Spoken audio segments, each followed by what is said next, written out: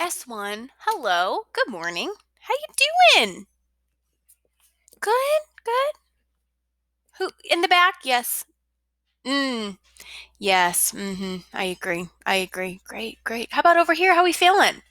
We're good? Okay, great. You guys, if we're feeling good, let's just go ahead and get started with this week's lesson. Let's go ahead and do the darn thing.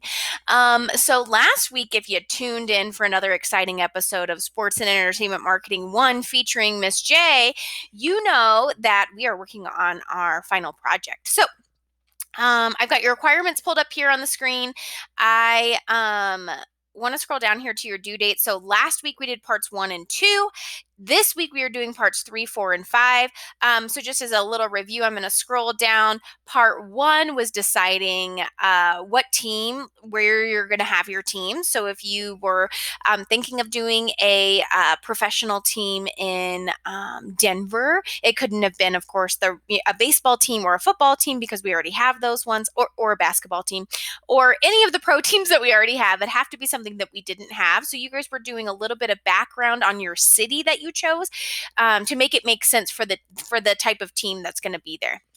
That was part 1, doing a little bit of research. Part 2 is deciding on a team logo, a mascot, and a team name. So coming up with kind of those fun, exciting things. Again, we're kind of in the mock-up stage. So what I was mentioning to you guys last week is what we're turning in right now, week by week, is kind of your rough draft, right? You're just getting your ideas out there. It doesn't need to be beautiful, lots of pictures and things.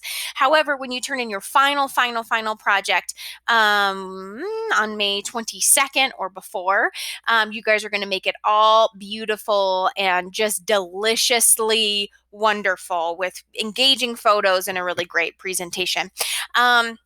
This week, we're working on merchandising is part number 3. Next, we are working on sponsorship, and then 5 is tickets. So I'm just going to do just a quick recap of just these 3 things. So the most important thing when we have teams, a lot of times we sell merchandise. If we're not selling merchandise, it's a bad call because we can make a lot of money on like soft line retail items. So what you guys are deciding is what type of merchandise you're going to sell. Are you going to sell jerseys from the team? Are you going to sell t-shirts, sweatshirts, hats, socks, lanyards? What are you going to sell? I would pick an assortment of maybe 3 to 4 items and then tell us the marketing mix, which is the 5 P's. I've written just kind of the 4 P's on here because I think I know who you're going to sell to, your fans.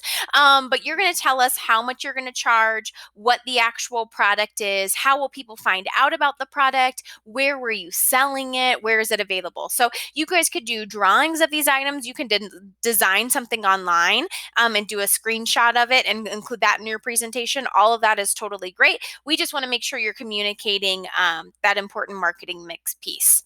Next thing is sponsorship. So this one said, name 2 major companies in your location that will be sponsors of opening day. So maybe if it's Colorado Springs, you could pick 2 local places that are interested in sponsoring. So giving up some money so that they could get some publicity for their company.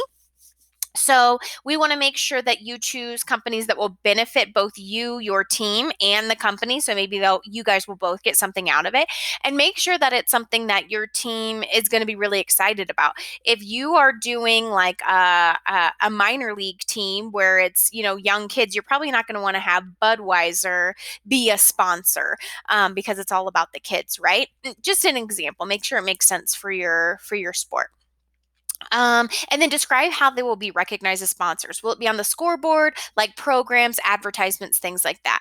Lastly, part 5 is all about your tickets. So we want to make sure that we have like a comprehensive ticket strategy. So I want you guys to make some decisions on how much you're going to actually charge for tickets, first and foremost. But second, will you offer rain or snow dates, season tickets, special combo packs where, like, if you go on this date, you get a bobblehead, things like that.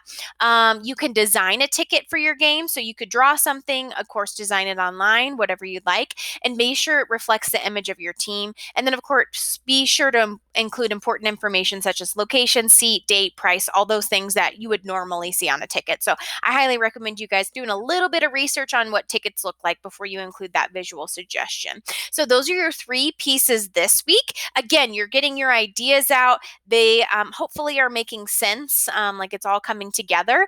And then before you guys turn in your final project, that's when you can add in all of your visuals and make it really engaging. Now, if you guys are trying to finish this bad boy early, that's totally fine. Do your this doesn't have to be a rough draft that you're turning in, but that's all that's required right now to get your points for this week. So, and then of course, next week we'll move on to the next parts, and I'll film another little video about that.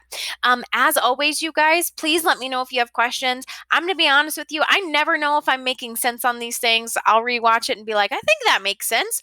But if you have questions, I am here for you. I do have my 2 kids at home with me. So I'm kind of balancing a little bit of e-learning, and then my 4-year-old is just destroying everything. But I am pretty quick at responding to emails, as long as it's before about 4 o'clock. So let me know if you have questions, thoughts, concerns. Friendly reminder, this week due on Friday is parts 3, 4, and 5. Okay, folks, I miss ya, and I'll see you soon. Bye.